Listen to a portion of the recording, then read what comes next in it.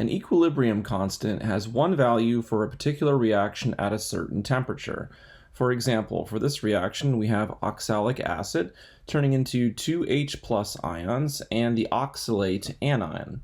The equilibrium constant Kc for this reaction is equal to 3.8 times 10 to the negative 6 at 25 degrees Celsius. However, the value of the equilibrium constant changes if we change how we write the balanced equation. For example, let's reverse everything. So instead of having oxalic acid on the reactant side, let's have it on the product side.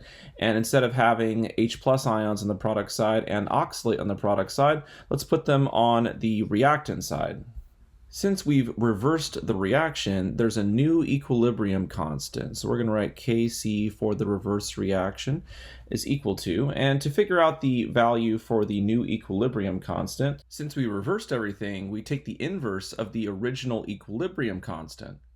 So to find the new Kc value, we take 1 over the original equilibrium constant of 3.8 times 10 to the negative 6.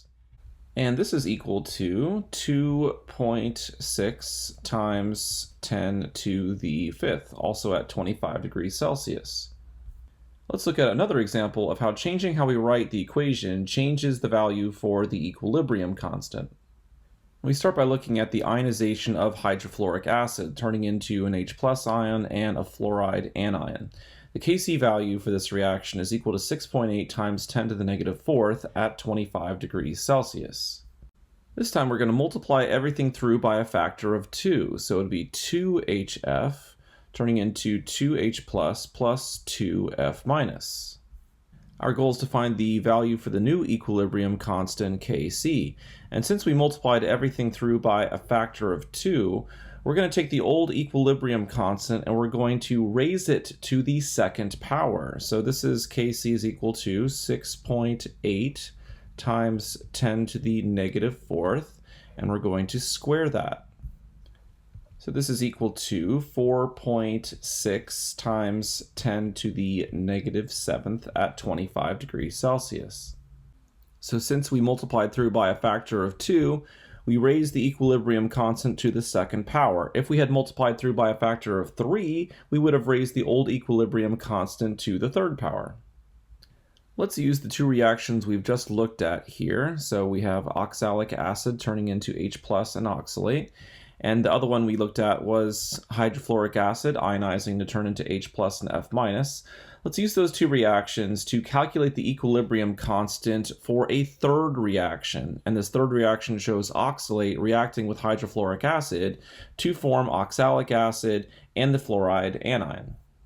Our first step is to get these first two reactions to look more like the third reaction. For example, we have oxalic acid on the reactant side in the first reaction here, and oxalic acid is on the product side for the third reaction.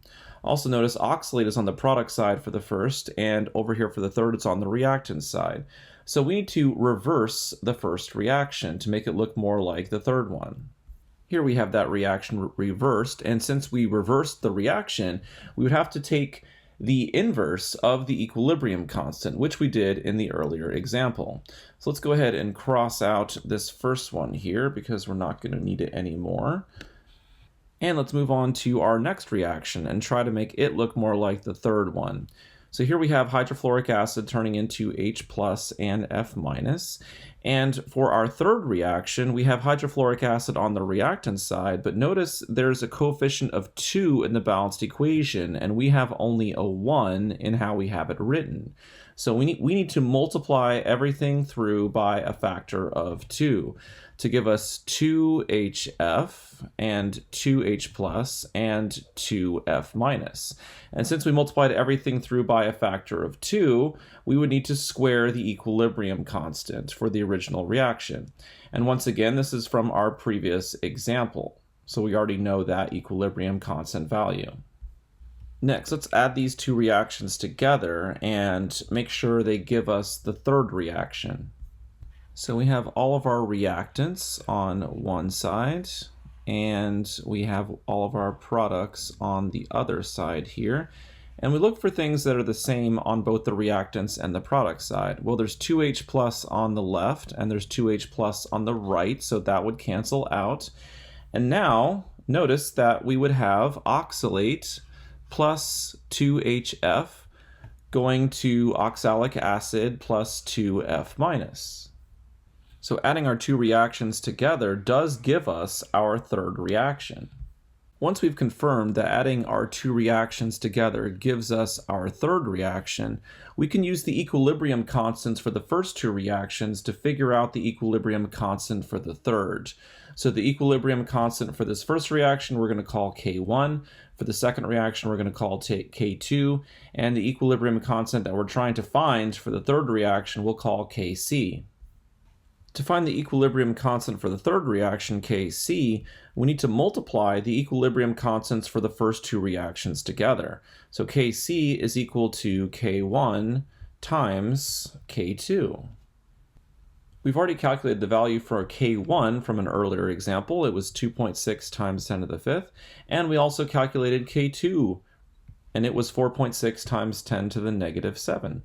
So to find Kc, the equilibrium constant for the third reaction, we simply multiply those two together, and we get that Kc is equal to 0.12 at 25 degrees Celsius.